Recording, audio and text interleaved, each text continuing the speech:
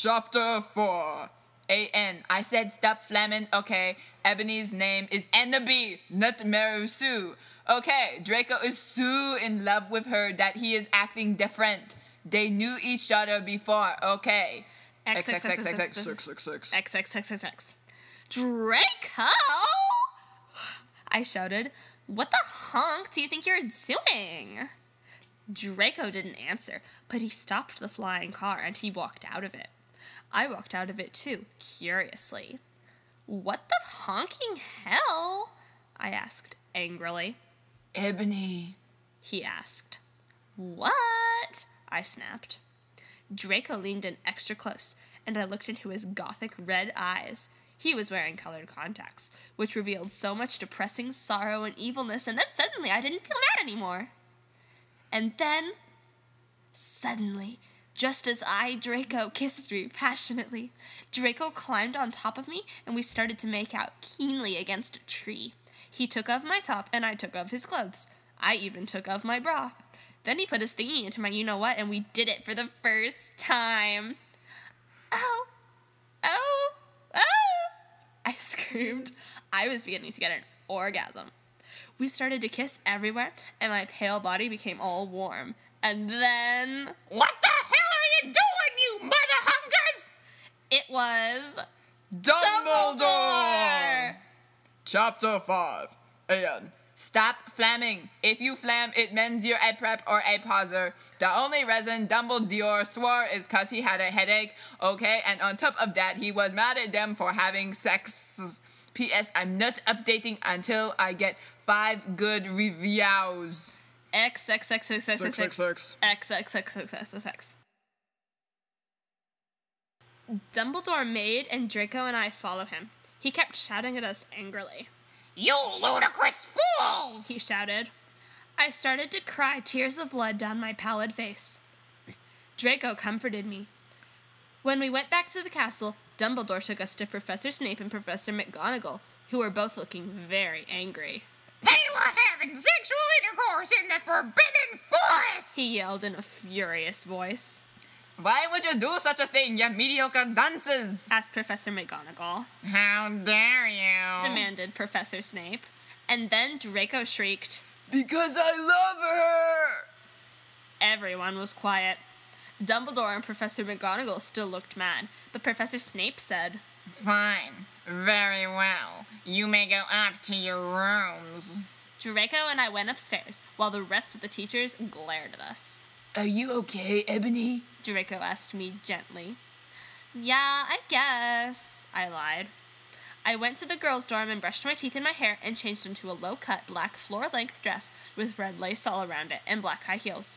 When I came out, Draco was standing in front of the bathroom, and he started to sing I Just Wanna Live by Good Charlotte. I was so flattered, even though he wasn't supposed to be there. We hugged and kissed. After that, we said goodnight, and he reluctantly went back into his room. Chapter 6. A.N.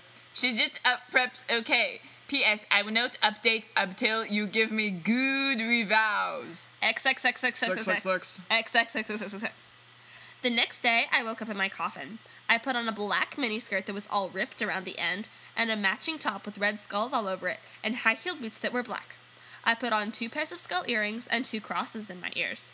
I spray-painted my hair with purple. In the Great Hall, I ate some Count Chocula cereal with blood instead of milk, and a glass of red blood. Suddenly, someone bumped into me. All the blood spilled over my top. Bastard! I shouted angrily. I regretted saying it when I looked up, because I was looking into the pale white face of a gothic boy with spiky black hair with red streaks in it. He was wearing so much eyeliner that I was going down his face, and he was wearing black lipstick. He didn't have glasses anymore, and now he was wearing red contact lenses just like Draco's, and there was no scar on his forehead anymore. He had a manly stubble on his chin. He had a sexy English accent. He looked exactly like Joel Madden. He was so sexy that my body went all hot when I saw him, kind of like an erection, only I'm a girl, so I didn't get one, you sicko! I'm so sorry, he said in a shy voice. That's all right. What's your name? I questioned. My name's Harry Potter, although most people call me Vampire these days. He grumbled. Why? I exclaimed. Because I love the taste of human blood. He giggled. Well, I am a vampire, I confessed. Really? He whimpered. Yeah! I roared. We sat down to talk for a while. Then Draco came up behind me and told me he had a surprise for me, so I went away with him. Chapter 7. Bring me to life. To life. A.N. Well, okay, you guys, I'm only writing this because I got 5 God reviews. In BTW, I won't write the next chapter till I get 10 good ones. Stove flaming or ill report you. Ebony isn't a moral Sue, okay? She isn't perfect. She's a satanist. She has problems. She's depressed for God's sake. XXXXXX. Draco and I held our pale white hands with black nail polish as we went upstairs. I was wearing red Satanist sings on my nails in red nail polish. A.N. See, does that sound like a Maru Sue to you? I waved to Vampire. Dark misery was in his depressed eyes. I guess he was jealous of me that I was going out with Draco. Anyway, I went upstairs excitedly with Draco. We went into his room and locked the door. Then we started Frenching passively, and we took off each other's clothes enthusiastically. He felt me up before I took off my top. Then I took off my black leather bra, and he took off his pants. We went on the bed and started making out naked, and then he put his boy's thingy in mine, and we had sex! See, is that stupid? Oh, Draco! Draco! I screamed while getting an orgasm, when all of a sudden I saw a tattoo I had never seen before on Draco's arm. It was a black heart with an arrow through it. On it, in bloody Gothic writing, were the words, Vampire. I was so angry. You bastard! I shouted angrily, jumping out of the bed. No, but you don't understand. Draco pleaded, but I knew too much. No, you honking idiot! I shouted. You probably have AIDS anyway. I put on my clothes all happily and then stomped out. Draco ran out even though he was naked. He had a really big you-know-what, but I was too mad to care. I stomped out and did so until I was in Vampire's classroom, where he was having a lesson with Professor Snape and some other people. Vampire Potter, you mother honker!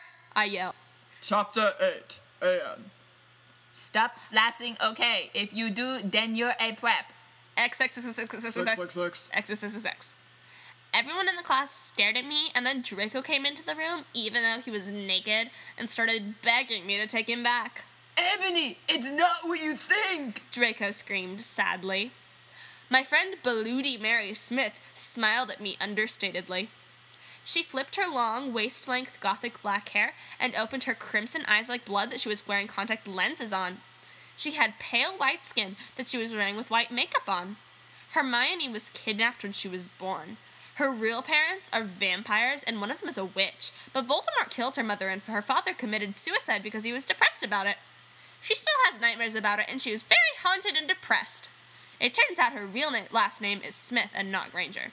Since she is converted to Satanism, she's in Slytherin now, not Gryffindor. What is it you desire, you ridiculous dimwit? Snape demeaned angrily in his cold voice, but I ignored him. Vampire, I can't believe you cheated on me with Draco! I shouted at him. Everyone gasped. I don't know why Ebony was so mad at me. I had went out with Vampire, I'm bi, and so is Ebony, for a while, but then he broke my heart. He dumped me because he liked Brittany, a stupid preppy honker. We were just good friends now. He had gone through horrible problems, and now he was Gothic, like I would hang out with a prep. But I'm not going out with Draco anymore, said Vampire. Yeah, honking right. Honk off, you bastard! I screamed.